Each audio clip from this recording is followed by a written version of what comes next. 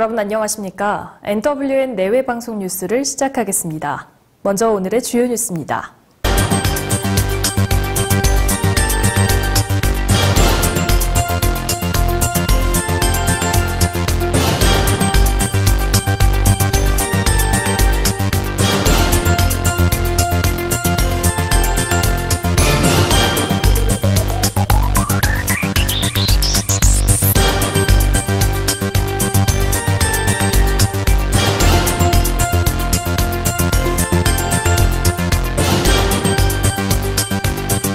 문재인 대통령이 제3차 정상회담을 위해 오늘 오전 9시 49분 평양 순안국제공항에 도착했습니다.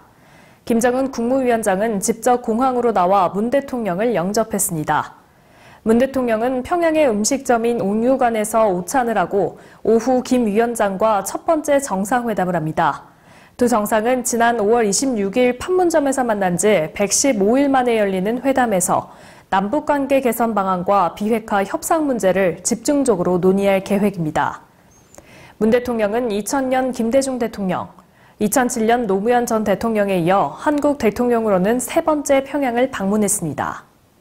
여야가 지난 8월 임시국회 때 처리하지 못한 인터넷 전문은행 규제 완화법과 상가 임대차 보호법, 규제 개혁법 등을 오는 20일 본회의에서 일괄 처리하기로 했습니다.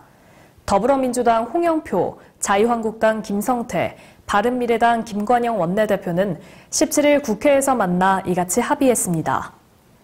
홍 원내대표는 비공개 회동 후 기자들과 만나 8월 말에 처리하지 못했던 법원들에 대한 논의가 있었다며 각 상임위원회에서 논의할 것을 토대로 마지막 절차를 마무리 짓기로 합의했다고 말했습니다. 김성태 원내대표도 모든 법안이 패키지로 마무리돼 일괄로 처리돼야 한다며 상임위별로 마무리 절차만 남았다고 설명했습니다. 추석이 다가오면서 상품권과 승차권 인터넷 사기가 기승을 부리고 있어 주의가 요구된다고 경기 남부경찰청이 밝혔습니다. 경찰은 최근 직거래 장터 앱에 백화점 모바일 상품권 판매글을 올린 뒤 27명에게 7,300만 원을 가로채거나 택배업체를 가장한 스미싱 문자 메시지를 발송해 소액 결제를 유도하는 사건 등이 접수됐다고 설명했습니다. 경기 남부경찰청은 올해 8월까지 발생한 인터넷 사기 사건이 총 13,540건으로 작년보다 2.4% 늘었다며 인터넷 거래 시 안전거래 사이트를 이용하고 출처가 불분명한 문자 메시지는 URL을 클릭하지 말라고 당부했습니다. 김명수 대법원장의 리더십에 대한 논란이 제기된 가운데 최근 전국 법관대표회의 대표들이 김명수 대법원장과의 면담을 하고 법원행정처 개혁안 등을 전달했습니다. 최기상 전국 법관대표회의 의장 등 6명은 지난 12일 김명수 대법원장과 면담에서 사법농단의 진원지로 지목된 법원행정처 폐지와 일선 법관의 의사를 반영한 법원장 보임 방안 등 의결사항을 전달했다고 밝혔습니다. 이에 대해 김 대법원장은 법관대표회의 의결사항 취지를 잘 살펴 결정하겠다고 답변했다고 대법원은 밝혔습니다. 서울지방경찰청 지능범죄수사대는 저금리 대출을 빚기로 신용등급이 낮은 사람들의 돈을 가로챈 혐의로 보이스피싱 총책 36살 이모 씨 등 세계 조직 일당 70명을 구속했습니다. 이 씨 등은 2015년 12월부터 2018년 3월까지 피해자들에게 저금리 대출을 해주겠다고 속여 312명으로부터 68억 원을 가로챈 혐의를 받고 있습니다. 이들은 저금리로 대출을 받기 위해서는 상환 능력을 입증해야 한다며 피해자들이 다른 은행에서 받은 대출금을 범행 계좌로 송금하도록 유도하는 수법으로 돈을 가로챘습니다.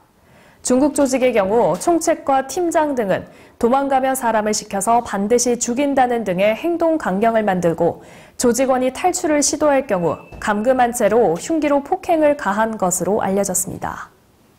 미국 남동부를 강타한 허리케인 플로렌스가 열대성 저기압으로 강등됐지만 여전히 많은 비를 쏟아부으면서 피해가 커지고 있습니다.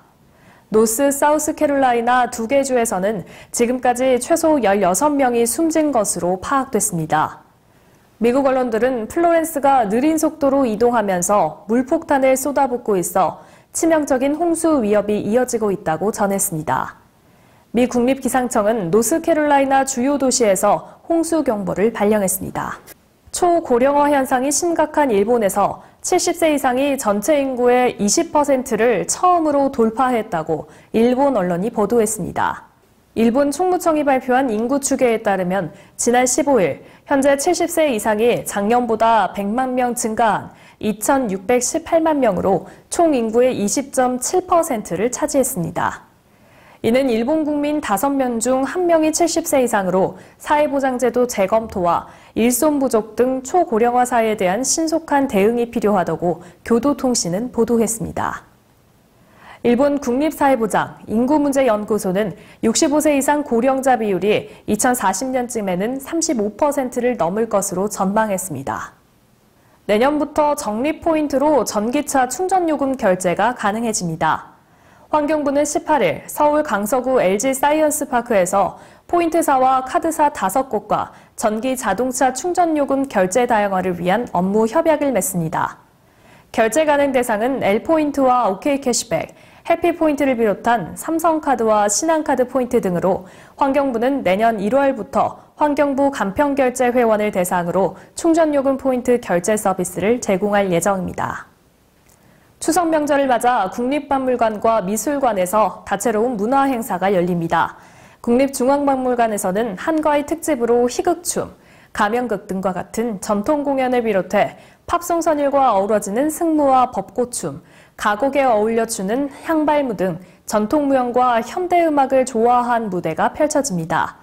또 경복궁 경내 국립민속박물관에서는 추석맞이 송편빚기, 매 인형 만들기, 고무신 만들기, 청사초롱 만들기 등 전통문화체험과 강강술래, 풍물, 꼭두가시 노름 등 전통 공연이 진행됩니다. 박물관과 미술관은 연휴 기간 문을 열고 추석 당일인 24일만 휴관합니다. 남자 피겨 싱글 간판 차준환이 2018-2019 시즌 첫 공식 국제 경기에 출전해 메달 획득을 노립니다. 차준환은 20일 캐나다에서 열리는 2018 어텀 클래식 인터내셔널에서 새 프로그램을 선보일 예정입니다.